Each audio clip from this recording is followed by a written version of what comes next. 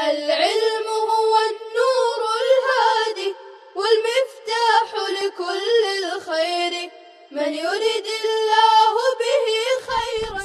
السلام عليكم ورحمة الله وبركاته. بسم الله الرحمن الرحيم. الحمد لله رب العالمين والصلاة والسلام على سيد المرسلين وعلى آله وأصحابه أجمعين.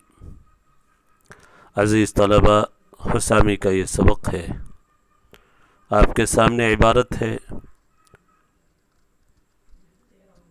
فصل فی اختلاف الناس فی العقل. یہ بحث کل شروع ہو چکی ہے، کل یہی سے سبق پڑھایا تھا. معتزلہ کا مذہب عقل کے سلسلے میں بتایا گیا تھا. آج کے سبق میں اشاعرہ کا مذہب آئے گا، لیکن پیچھے سے اس کو دوہرا لیتے ہیں تاکہ آگے کے سبق سمجھنے میں آسانی رہے. کل گزشتہ سبق میں بتایا تھا عقل کے سلسلے میں لوگوں کا اختلاف ہے کہ عقل کی حیثیت کیا ہے شریعت میں، عقل کا معیار اور عقل کے حدود کیا کیا ہیں. ایک اختلاف تو مقدار عقل میں ہے، جیسا کہ بتایا کہ انبیاء کرام کو جو عقل اللہ نے دی ہے، اولیاء کرام کو جو عقل دی ہے، کفار کو، فساق کو، فجار کو وہ عقل نہیں ملتی ہے. اعقل الناس الانبیاء. عقل کی حیثیت کے بارے میں، حدود کے بارے میں معتزلہ نے کہا تھا کہ عقل ہی سب کچھ ہے. آپ کے سامنے ایک عبارت ہے، العقل علت موجبۃ لما استحسنہ محرمۃ لما استقبحہ. کہ عقل ہی علت موجبہ ہے، شیء مستحسن کے واسطے جو چیز حسن ہے، قبیح ہے، قبیح کے واسطے محرم ہے، حسن ہے اس کے واسطے موجب ہے، ثابت کرنے والی ہے. ایمان در حقیقت اللہ کی نعمت کا شکر ہے. ایمان شیء مستحسن ہے. عقل ہی سے یہ بات ثابت ہوتی ہے کہ آدمی اپنے منعم کا، محسن کا شکر ادا کرے. شیء مستحسن پر یہ عقل ابھار رہی ہے کہ ایمان لانا چاہیے، کیونکہ ایمان در حقیقت اللہ کی نعمت کا، اللہ کے احسان اور انعام کا شکر ہے. لما استحسن سو ایمان اور دیگر تمام اچھائیاں ہیں. محرمۃ لما استقبحہ. عقل ہی محرم ہے جو چیز قبیح ہو، جیسے کفر، شرک قبیح ہے، زنا قبیح اور بری چیز ہے، شراب نوشی بری چیز ہے. عقل اس کی حرمت کو ثابت کرتی. عقل ہی سب کچھ ہے ان کے نزدیک. علت موجبۃ علت کی صفت ہے، محرمۃ بھی اسی علت کی صفت ہے. جی، علت موجبۃ لما استحسنہ محرمۃ لما استقبحہ. جی، علی القطع والبتات فوق العلل الشرعیہ. علت شرعیہ سے بڑھ کر ہے. یہ سب عبارت کل ہو چکی ہے. آج صفحہ پلٹ لیں. جی،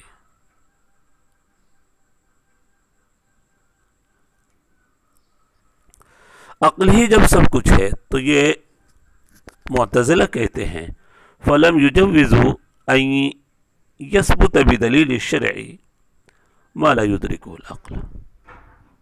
جب یہ بات ہو گئی تو دلیل شرع سے وہ جائز قرار نہیں دیتے کہ ایسی چیز ثابت ہو عقل جس کا ادراک نہ کر سکے، یہ عقل جس کو قبیح جانے.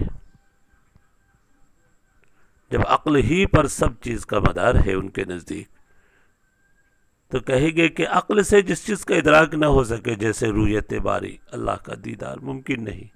عذاب قبر کیسے مردے کو ہوگا؟ اعمال کو کوئی جسم نہیں، جسم والی چیز تولی جاتی ہے تو اعمال کا وزن کیسے ہو سکتا ہے؟ اس کا انکار کر دیا انہوں نے. رؤیت باری کا بھی، وزن اعمال کا انکار کیا، عذاب قبر کا انکار کیا. معتزلہ نے جائز نہیں قرار دیا انہوں نے کہ ثابت ہو دلیل شرع سے ایسی چیز جس کا عقل ادراک نہ، او یقبح، یا عقل اس کو قبیح جانے. ما لا یدرکہ العقل. عقل ادراک نہ کر سکے، یا عقل اس کو قبیح قرار دے، او یقبیحہ، عقل اس کو قبیح قرار دے. جی جیسے ہمارا عقیدہ اہل سنت والجماعت کا اللہ تبارک و تعالی ہی خالق خیر بھی ہے، خالق شر بھی ہے. معتزلہ کہتے خالق شر اللہ کو کیسے مانیں گے، اللہ کی طرف قبیح کی نسبت کرنی ہوگی، جو مناسب نہیں ہے، جو مناسب نہیں. اللہ تبارک و تعالی خالق خیر بھی ہے اور خالق شر بھی ہے. یہ اہل سنت والجماعت کا عقیدہ ہے، جس کی تفصیل اصول کی کتابوں میں، عقائد کی کتابوں میں موجود ہے. آپ دیکھیے آگے، خطاب انہوں نے متوجہ کیا نفس عقل کی طرف، کہ اصل شریعت کی طرف نہیں خطاب متوجہ ہے. خطاب یعنی شرعی احکام کا جو مکلف بنایا اللہ نے، اور جب عقل ہی پر سارا مدار ہے، کرے کہ اگر بچہ ہو یا بڑا ہو عقل مند ہے، خیر اور شر کی تمیز ہے، ایمان کا وہ مکلف ہوگا. ایمان چھوڑنے پر اس کو سزا ملے گی. اگرچہ کسی نے دعوت اس کو نہیں دی، پھر بھی وہ عقل کی بنیاد پر ایمان کا مکلف ہوگا. لا عذر لمن عقل صغیرا كان او کبیرا فی الوقف یعنی طلب و ترک الایمان، حق کی طلب سے رک جانے میں اور ایمان کے چھوڑنے میں. لا عذر لمن عقل، کوئی عذر نہیں سمجھا جائے گا اس شخص کا جو عقل مند ہو، چھوٹا ہو یا بڑا ہو، حق کی طلب سے رک جانے میں اور ایمان کے چھوڑنے میں، اگرچہ دعوت نہیں پہنچی. اب اشاعرہ کا مذہب سن لیجئے، یہ تو تفصیل تھی معتزلہ کے مذہب کی. شیخ ابو الحسن اشعری کے ماننے والے عقائد کے سلسلے میں شواف حضرات اشاعرہ ہوتے ہیں، ان کی تقلید کرتے ہیں. عقائد میں، علم کلام میں شیخ ابو الحسن اشعری کے وہ حضرات اشاعرہ کہلاتے ہیں، ہم ماتریدیہ کہلاتے ہیں. شیخ ابو منصور ماتریدی کی عقائد میں، فروع میں، فقہ میں ہم نے امام ابو حنیفہ رحمۃ اللہ علیہ کی تقلید کی.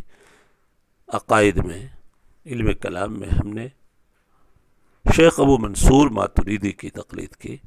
اشاعرہ کا مذہب سنیں، ماتریدیہ کا مذہب بعد میں آئے گا، ہم لوگ جن کو مانتے ہیں.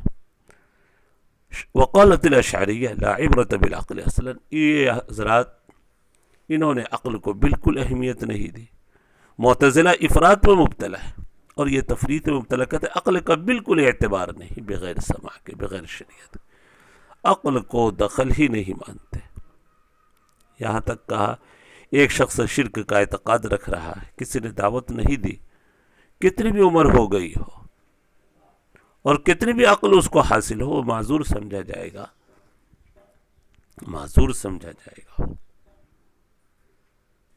بلکہ اس کو جہنم کی سزا نہیں ہوگی، جنت میں داخلہ ملے گا. اس آیت کی روشنی سے استدلال کیا وَمَا كُنَّا مُعَذِّبِينَ حَتَّى نَبْعَثَ رَسُولًا، کہ اصل مدار شریعت کا ہے، نقل کا ہے، عقل کا کچھ بھی دخل نہیں ہے.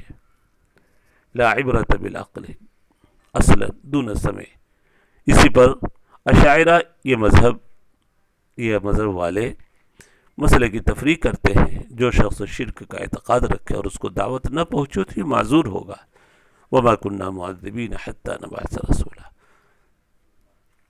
شریعت کی بنیاد ہی پر، دعوت کی بنیاد ہی پر وہ ایمان کا مکلف ہوگا. لیکن قول صحیح اس باب میں یہ ماتریدیہ اور محققین کا مذہب ہے اس باب میں یہ کہ عقل معتبر ہے اس بات اہلیت کے واسطے. ہاں، دونوں کا دخل ہے، شریعت کا بھی، اور شریعت سے احکام کا ثبوت ہوگا اور عقل سے اہلیت کا ثبوت ہوگا. عقل سے، اسی لیے احناف کا مذہب آپ نے اصول الشاشی میں بھی پڑھا ہوگا، یہاں بھی آگے بحث آئے گی. اگر کوئی شخص